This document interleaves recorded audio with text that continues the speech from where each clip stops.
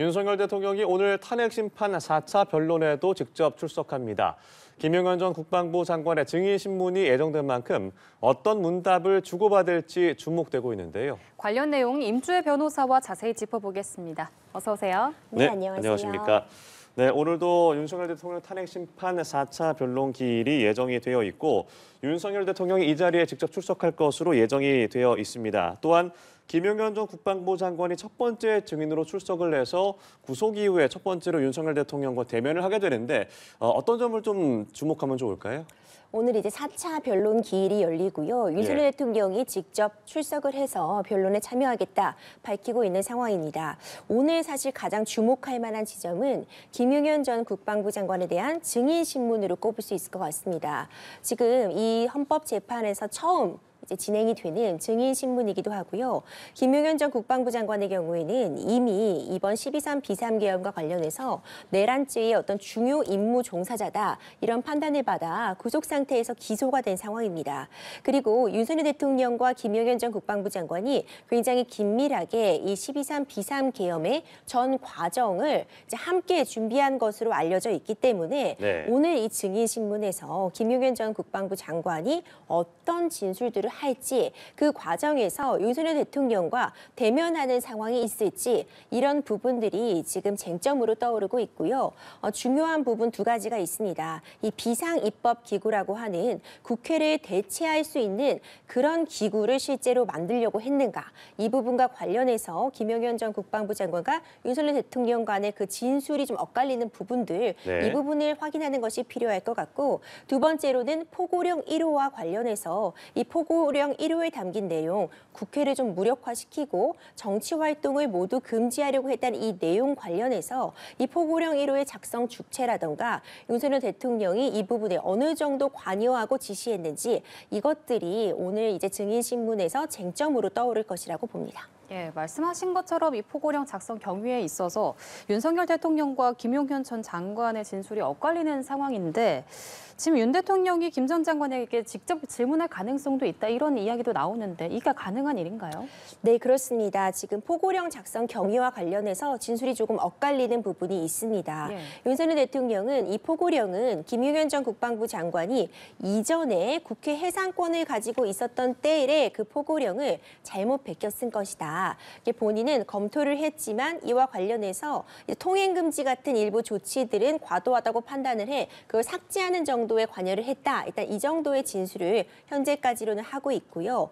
김용현 전 국방부 장관의 경우에는 이제 본인이 작성은 했지만 윤석열 대통령의 검토를 받았다. 이렇게 진술을 하고 있어서 과연 이 부분과 관련해 누가 더 주체적으로 작성과 그리고 이 부분을 실행하려는 데 관여했는지 쟁점으로 떠오르고 있습니다. 그러니까 오늘 증인 신문에서 이 부분도 분명히 질문으로 나올 것으로 예상이 되는데 일단 헌법재판 같은 경우에는 형사소송법을 준용을 하고 있고요. 형사소송은 이제 피고인이 증인에 대해서 신문을 할 수 있는 것으로 돼 있습니다. 지금 여기서 피고인은 이 헌법재판으로 돌아온다면은 지금 피의소추인 윤석열 대통령에 해당할 수 있기 때문에 윤석열 대통령이 이제 증인 신문을 직접 나서서 결국 그러니까 김용현 전 국방부 장관에게도 어떤 내용들을 질문하고 이런 부분들이 법적으로는 가능합니다. 그렇기 때문에 경우에 따라서는 이런 부분도 가능하고 헌법재판 같은 경우에는 재판장에서 이 재판관들의 어떤 재량, 이 재판을 어떻게 이끌어갈지 넓은 재량이 부여되어 있습니다. 그러니까 재판관의 판단에 따라서 이런 부분들이 좀 정해질 수 있는 여지가 크고 아마 오늘 한 오전 중에 있을 것으로 예정돼 있는 헌법재판소의 브리핑에서 이런 부분들에 대한 답변도 나올 가능성이 있습니다. 예, 그런데 국회 측이 증인 신문을 할 때 증인단 불린 신청이죠. 윤 대통령과 좀 분리를 해서 가림막을 설치해달라 이렇게 요구를 한 상태인데 이 현재 재판관들이 어떤 결론을 내릴지도 주목이 되거든요. 가림막 여부가 증언에 좀 영향을 끼치게 될까요? 영향을 줄 수도 있습니다. 보통 이게 증인 신문을 한다면은 사실상 그러니까 피고인 입장에서는 방어권을 보장받는 측면에서 이 부분, 이 증인의 진술에 대해서 이것에 대해 탄핵할 수 있는, 이것을 깨부술 수 있는 그런 논리를 획득하는 것이 피고인 입장에서는 굉장히 중요한 상황이죠. 근데 한편 증인 입장에서는 내가 지금 선서를 하고 증언을 하는 마당에 만약 내가 그 재판장에 있는 누군가가 좀 두려운 대상이라거나 아니면 업무상의 그런 상하 관계를 갖고 있는 사람이라면 본인의 기억에 맞는 대로 진술을 하기 어려운 그런 측면이 있을 수 있습니다. 예. 이런 점들을 고려해서 경우에 따라서는 가림막을 설치를 해서 서로 적어도 눈을 맞추지는 못하게 한다거나 아니면 아예 이제 재판정 밖으로 퇴정을 시키고 다른 이제 독립된 공간에서 이제 이어폰을 통해서 이제 오디오로 이제 음성으로만 이 증인의 진술을 듣게 하고 나중에 다시 재판정에 들어올 수 있도록 하는 그런 조치들도 실제로 진행이 되고 있습니다.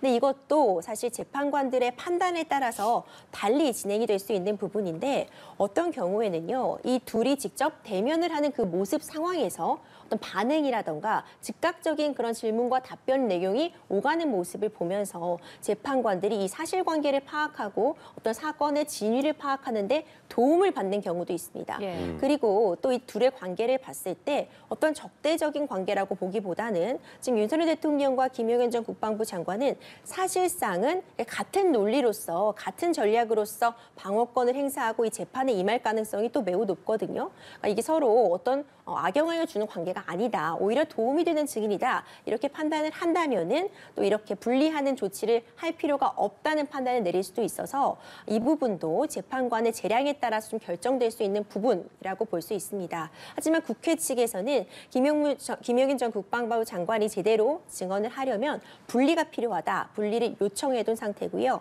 윤석열 대통령은 본인이 대통령이긴 하지만 이미 직무가 정지되어 있고 어떤 영향을 끼칠 수도 없다. 분리는 필요 없다. 이 상황에 대해서는 윤석열 대통령 본인이 가장 잘 알고 있기 때문에 함께 있겠다. 이렇게 지금 밝히고 있어서 오늘 같은 경우에는 재판관들이 어떤 판단을 할지 분리가 필요하다고 볼지 함께 진행할 수 있다고 볼지는 좀 판단을 기다려볼 측면이 있습니다.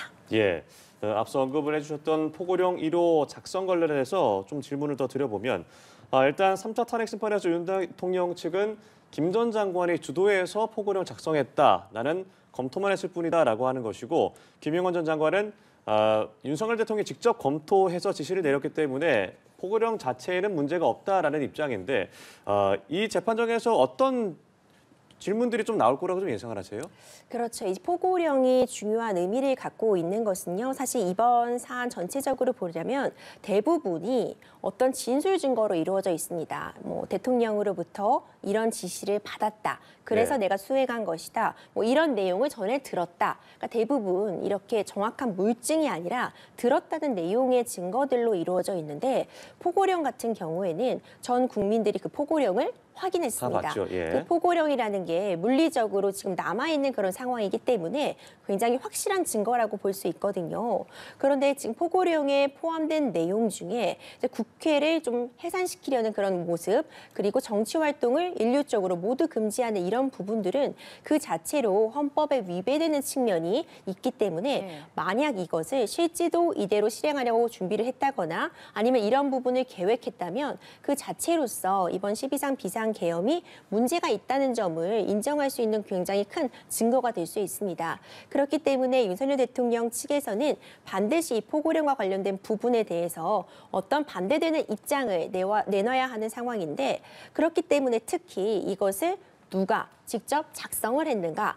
윤석열 대통령은 이 포고령이 일단 비상계엄이 선포되었기 때문에 어떤 형식적인 요건을 갖추기 위해 만들어둔 것에 불과하지 이것을 실행하려는 의지는 전혀 없었다 이렇게 주장하고 있고 이 포고령의 내용도 김용현 전 국방부 장관이 좀 잘못 베껴 쓴 것이다 이렇게 좀 일종의 선을 긋는 모습을 보이고 있거든요.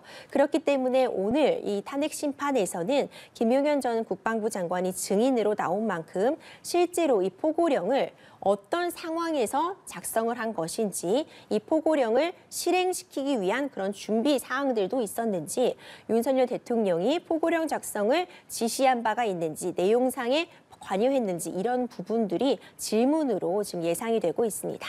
그런데 검찰이 김 전 장관을 조사하는 과정에서 포고령 1호를 작성할 때 사용한 노트북을 파쇄했다. 이런 진술이 나왔거든요. 그렇다면 지금 증거를 확보하는데 증언 말고는 뚜렷한 게 없는 거잖아요. 그럼 사실관계 확인에는 어려움이 없을까요?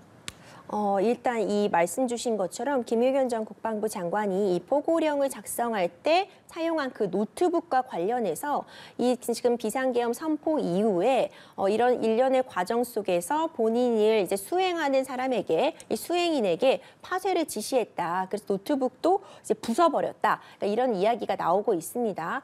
이렇다면은 이 포고령 작성의 뭐 시점이라던가 이걸 어떤 과정에서 서로 수정을 오고 갔는지 뭐 그 부분이 만약 정말 물리적으로 모든 부분들이 파쇄가 됐다면 확인이 어려울 측면도 있을 수 있겠지만 네. 포고령이라는 것이 이미 우리가 확인이 될 수 있도록 물리적으로 나와 있고 적어도 양측의 어떤 진술들을 가지고 최대한의 사실관계 파악을 위해서는 노력을 할 측면이 있어 보입니다. 예. 그리고 또한 이제 최상목 당시 경제부총리가 건네받은 이 비상입법기구 예산 관련 쪽지도 오늘 쟁점이 될 것으로 보이는데 윤석열 대통령은 이 건네준 적도 없고 적은 적도 없다. 이후에 뉴스를 보고 알았다라는 취지의 답을 했습니다. 김 전 장관이 썼을 것이라고 답변을 내놨는데 김 전 장관 측은 오늘 좀 어떤 얘기를 내놓을 것으로 보세요? 네, 이 비상입법기구에 대한 질문도 오늘 이 탄핵 심판에서 반드시 나올 질문으로 꼽히고 있습니다. 네. 이 비상입법기구라는 것도 굉장히 이번 사태와 관련해 핵심적인 쟁점이 되고 있는데 비상입법기구가 지금 원래 입법기구가 국회잖아요. 예. 이 국회를 대체시키는 그런 기구로서 지금 이 비상계엄을 선포하면서 일종의 국회 대체기구를 만들기 위해 이런 준비를 했고 특히 최상목 권한대행에게 쪽지를 전해주면서 이 비상입법기구의 재정 마련 방안을 지시했다. 이런 진술들이 나오고 있습니다. 근데 이 관련해서 윤석열 대통령이 헌법재판소에 직접 이제 출석을 해서도 밝힌 바와 같이 이런 쪽지는 본인이 전혀 아는 바가 없다. 네. 비상입법기구에 대해서 이런 부분을 실행하려고 한 점이 전혀 없다. 이렇게 딱 밝혔습니다. 이제 이 쪽지라는 것이 그럼 존재를 한다면 이걸 작성할 수 있는 사람은 김용현 전 국방부 장관일 텐데 이미 이 상황을 인지한 이후에 김용현 전 국방부 장관은 구속이 되었기 때문에 사실관계 확인을 못했다. 이렇게 밝히고 있어서 오늘 이 탄핵 심판에서는 과연 이 비상입법기구에 대한 쪽지를 김용현 전 국방부 장관이 직접 작성을 했는지 네. 이 작성 과정에서 윤석열 대통령과 어떤 의견 교류가 있었는지에 대한 질문이 반드시 나올 것으로 보고 김용현 전 국방부 장관의 경우에는 만약 이 비상입법기구를 실제로 실현하려고 했다, 마련하려고 했다 이런 진술을 하면 이 역시도 12.3 비상계엄의 어떤 문제점을 나타낼 수 있는 굉장히 중요한 증거가 돼서 예. 이 부분과 관련해서도 다소 좀 미온적인 답변, 그러니까 비상입법기구가 실제로 국회를 대체하려고 했던 건 아니다. 이런 이야기를 할 가능성이 높아 보입니다. 예, 알겠습니다. 또한 이 윤석열 대통령 탄핵 심판에서 증인을 추가로 신청한 인원이 24명인데 이상민 전 행정안전부 장관과 박춘섭 경제수석 비서관 2명만 채택을 했거든요. 어떤 의미가 있는 것이고 이 채택되지 않은 명단 중에서 주목할 만한 인물 어떤 인물이 있습니까? 네, 윤석열 대통령 변호인단 측에서 증인을 대거 신청을 했는데 이 증인 신청 목록을 보면은 아무래도 이 비상계엄 선포의 절차적인 정당성 부분을 확인하기 위해 예. 또 국무회의에 참여했던 그런 인원들도 포함이 되어 있고요. 그리고 이제 윤석열 대통령 측에서는 어떤 선거안 이외에 문제점들을 지적하고 있기 때문에 그런 선거 관리 부실을 좀 증명해 줄 수 있는 그런 인원들도 포함이 되어 있었습니다. 하지만 아직까지는 재판부에서 2명만 채택을 했고 나머지 인원에 대해서는 입장을 밝히고 있지 않습니다. 물론 추가적으로 이제 증인들이 채택될 가능성도 있지만 현재로서는 이제 이상민 전 행정안전부 장관 그리고 박춘섭 경제비서관 같이 조금 더 이 12.3 비상계엄 사태에 직접적으로 윤석열 대통령과 대면하고 이 과정에서 어떤 지시를 받아 직접적인 임무를 수행한 인물들만을 일단 대상으로 했다고 보고요. 예. 그러니까 증인이 많아지면 증인 신문 기일이 또 잡혀야 되고 그만큼 재판이 좀 길어질 그런 상황들도 감안했을 때 일단 신속한 진행을 지금 헌법재판소에서도 공언하고 있는 만큼 이 증인 신청을 다 받아주기보다는 보다 핵심적인 인물이라고 할 수 있는 이 2명을 먼저 좀 받아들였다 이렇게 보고 있습니다. 그 외에 증인으로 신청한 인물들 가운데 이 최상목 현 권한대행도 포함이 되어 있습니다. 이 최상목 권한대행 같은 경우에는 지금 오늘 재판에서도 쟁점이 될 것으로 꼽히고 있는 이 비상입법기구 관련한 쪽지를 받은 그 당사자이기도 하기 때문에 아마도 재판부에서 김용현 전 국방부 장관에 대한 증인신문 이후에 추가로 이 부분에 대한 확인할 부분이 있다면 최상목 권한대행에 대한 증인 신청도 추후에 있을 가능성이 있지 않나 저는 그렇게 점치고 있습니다. 예, 그리고 탄핵 심판 관련해서는 속도를 내고 있고 윤석열 대통령도 직접 출석을 하면서 적극적으로 임하고 있는데 공수처 수사와 관련해서는 진척이 되지 않고 있습니다. 어제도 강제 구인을 시도했지만 5시간 만에 철수하면서 시도가 이루어지지 못했고요. 숨바꼭질 같은 상황이 벌어지고 있다. 오동훈 공수처장도 어제 인터뷰에서 오늘은 꼭 강제 구인을 하도록 하겠다라고 했는데 실패했거든요. 계속 공전을 하고 있습니다. 지금 상황은 좀 어떻게 보십니까? 네, 말 그대로 공전만 거듭하고 있는 상황입니다. 물론 이제 구속영장이 발부가 되었고 이에 따라서 지금 서울구치소에 지금 구속이 되어 있는 그런 상황이지만 지금 공수처의 수사에 응하고 있지 않습니다. 또 공수처가 꺼내든 카드가 바로 강제 구인입니다. 이건 판례로서 인정이 되는 개념이었는데 그러니까 구속영장이 발부가 되어서 적어도 구속 상태에서 수사를 할 수 있는 그런 권한이 이 구속영장으로 부여가 되었기 때문에 만약 이 수사에 응하지 않으면 직접 수사기관이 서울구치소에서 이 수사실로 강제로 데려올 수 있다. 이런 지금 권한을 지금 주장을 하고 있습니다. 다만 이것이 좀 허점이 있는 게요. 이 강제 구인이라는 것이 형사소송법에 딱 정해져 있는 그런 개념이 아니고 어떤 판례상으로 지금 인정이 되고 있는 개념이라는 점, 그리고 여기에 지금 강제라는 단어가 포함되어 있기 때문에 어느 정도 물리력을 동원해서 이 부분을 강제로 옮겨놓는 그런 조치들이 선행돼야겠지만 만약 윤석열 대통령이 정말 이 서울구치소 안에서 나오지 않겠다고 한다면 이걸 억지로 끌어낼 수 있는가, 이 부분은 또 문제가 될 수 있거든요. 그렇기 때문에 사실 윤석열 대통령 측은 계속해서 공수처의 수사를 거부하고 있고 특히 헌법재판소의 탄핵심판 변론 기일이 예정되어 있어서 이 변론의 준비가 필요하다는 이유를 들고 있어 사실상 공수처 입장에서는 이러지도 못하는 상황이 반복되고 있습니다. 아마도 지금 구속 기한이 남아 있다고 해도 검찰에 넘겨서 이 공소를 제기할 시간을 줘야 되기 때문에 지금 한두 차례 더 강제 구인을 시도하고 검찰로 사건을 좀 조기에 넘길 가능성이 높지 않나 이렇게 점쳐지고 있습니다.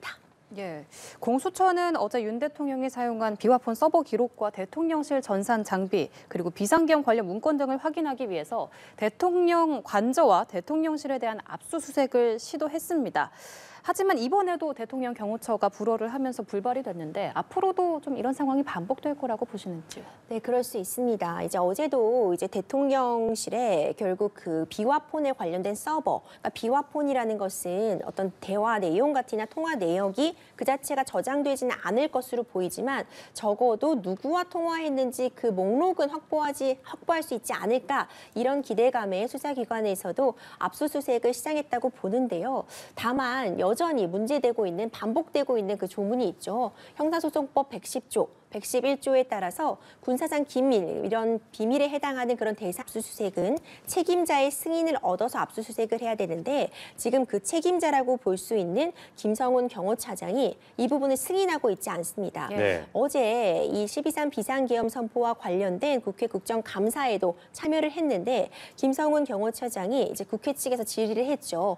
이제 이거 협조해 줄 수 있겠냐, 승인을 해서 압수수색을 할 수 있도록 하겠냐라는 질문에 돌아가서 법리적인 부분을 검토하고 승인 여부를 결정하겠다. 이렇게 여전히 유보적인 입장을 보였습니다. 이런 현 상황이라면 앞으로도 이런 대통령실이나 뭐 안가 등에 대한 압수수색에는 이 김성훈 경호차장이 승인을 해주지 않을 가능성이 매우 높아 보여서 비화폰 서버 기록 확보 같은 부분이라던가 아니면 안가 CCTV 영상 등을 확보를 해서 당시에 이 비상계엄 선포 당일 그리고 그 이후에 이런 부분들을 함께 논의한 인물들을 가려내는 그런 작업 역시도 당분간은 쉽지 않을 전망으로 보이고 있습니다. 예, 윤석열 대통령 오늘 탄핵 심판 변론기를 마치고 서울구치소로 돌아왔을 때 공수처가 또다시 강제 구인을 시도할지 그 여부를 계속해서 지켜보겠습니다. 지금까지 임주혜 변호사와 함께했습니다. 고맙습니다. 고맙습니다.